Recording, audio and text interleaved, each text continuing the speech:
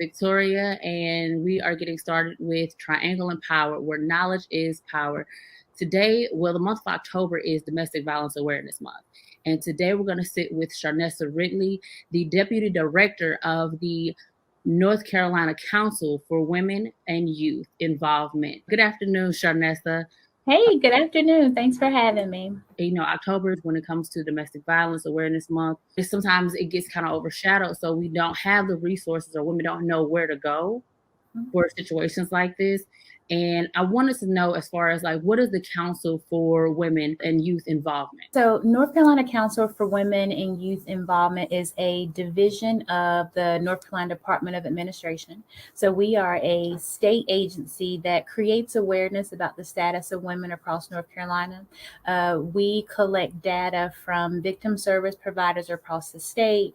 We also hear feedback from our regional directors, and we also get feedback from the boards and commissions that we work with. And we use that data to then advise the governor, other state officials, and leaders in North Carolina on the issues that impact women, specifically gender-based violence and violence against women's issues. Like you said, October is Domestic Violence Awareness Month, and that is recognized nationally. And we use so many different partnerships in order to raise awareness of these issues that our data tells us about. One of those partnerships being our collaboration with you all, which we are appreciative of because the platform really helps us to kind of engage and inform people.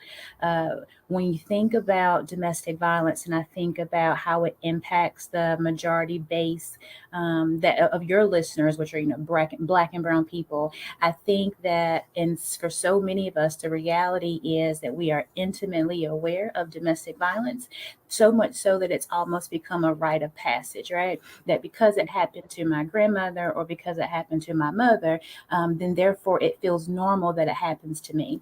And so my hope and my goal is that the work of the council is that we are able to make the resources and the services that are available even more visible to communities, so they'll be equally as aware of the services that are available to them as they are with the prevalence of the crime, and that it exists in all communities, despite race and across all socioeconomic statuses.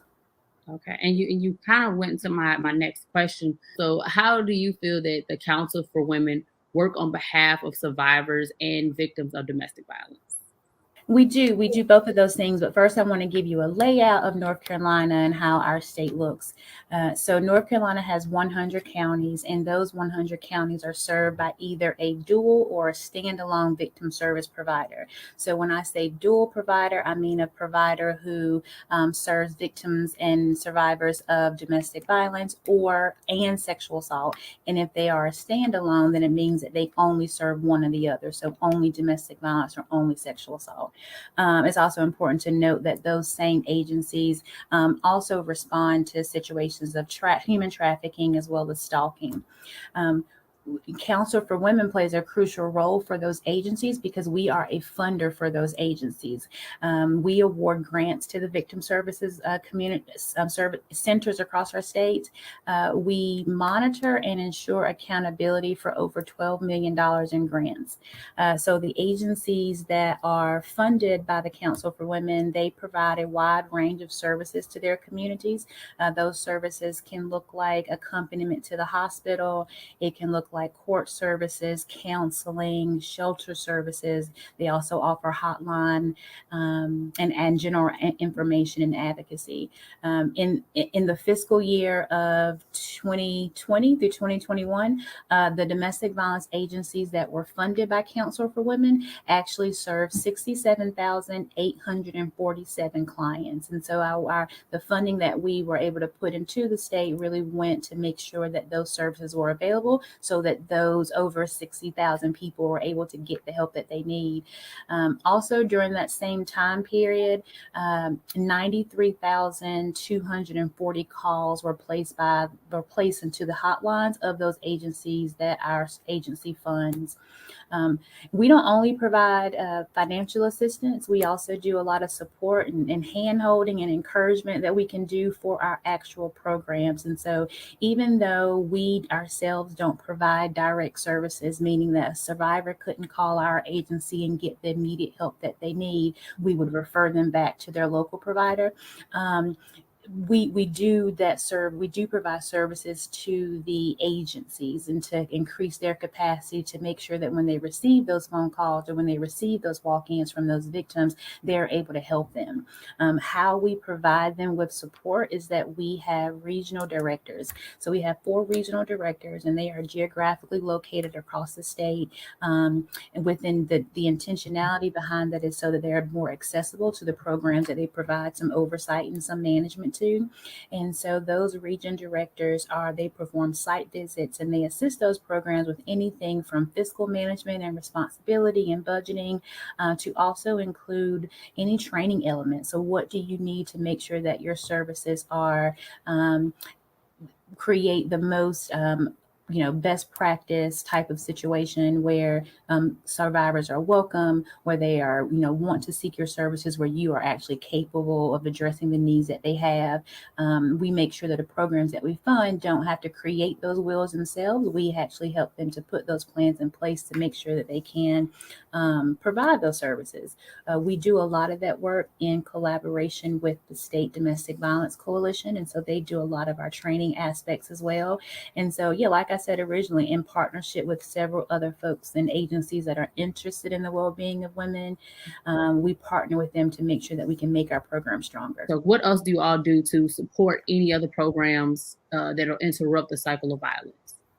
Absolutely. So one thing I did not mention is that we, in addition to administering state funds, we are also the pass-through agency for a federal fund called the Family Violence Prevention Services Act. And so that money comes into our state from federal funding, and then we disperse that money to programs across our state who are dedicated to doing the necessary work to create programming or policies and process that's going to do one of 3 things. It either can interrupt first-time perpetration or first-time victimization, or it can be used for programs that are going to reduce the impact and risk factors for future violence. So what can we do to make sure that violence is interrupted? What can we do to make sure that we can create services that can be duplicated across multiple communities? And the goal of those services be to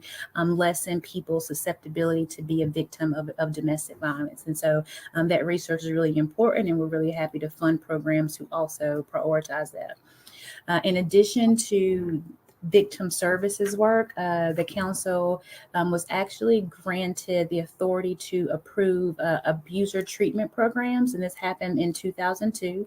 And so those abuser treatment programs are utilized by North Carolina court systems.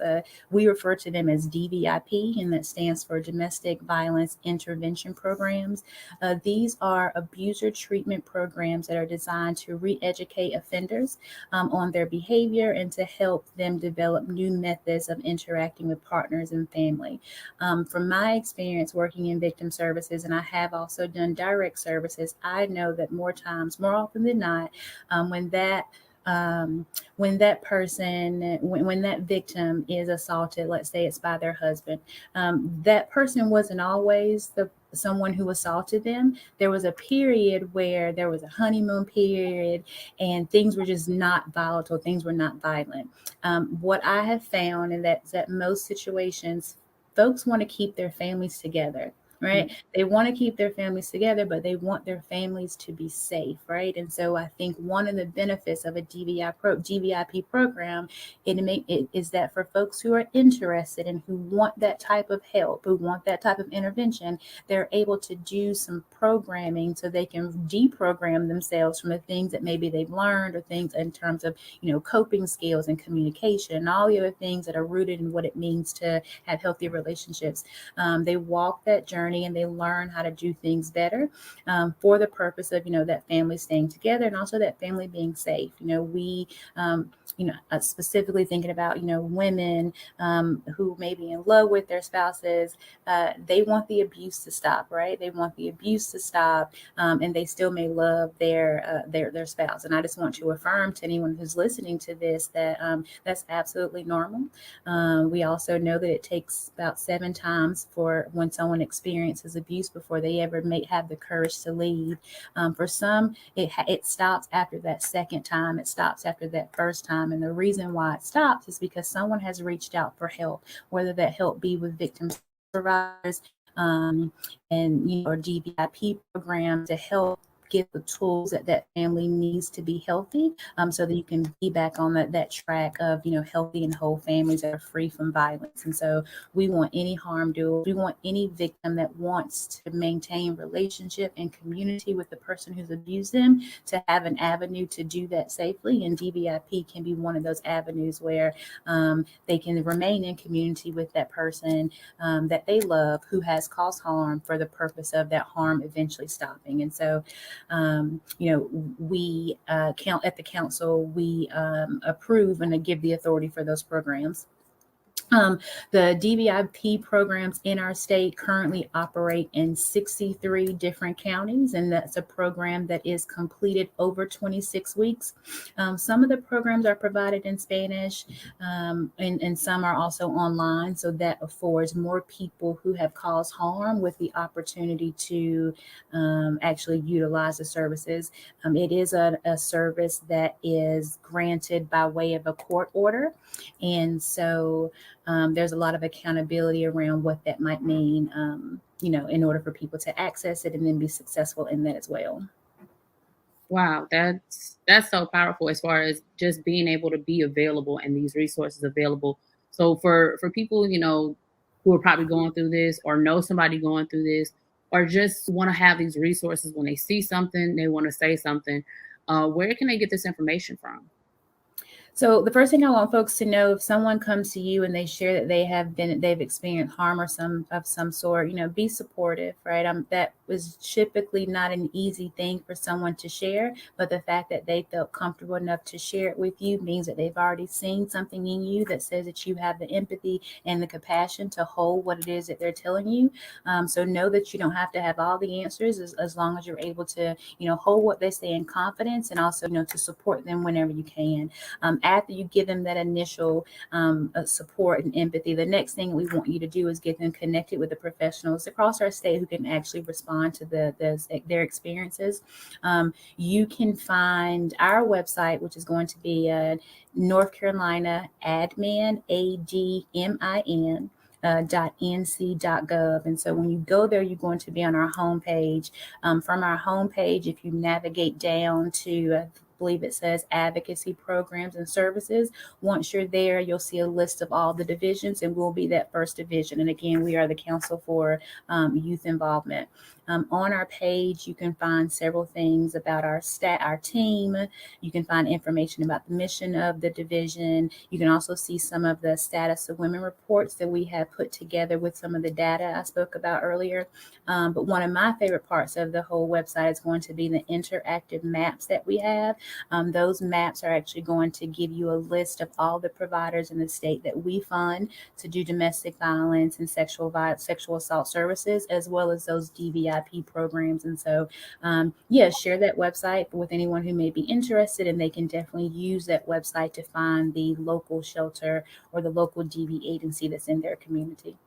That is amazing. I thank you very much, Charnessa, for all the information. For anybody who is following, needs to know the information, we will also have this on our websites, and this is available to everyone. So again, October is the month of Domestic Violence Awareness Month. Please and thank you for watching. Again, this is Triangle Power, where knowledge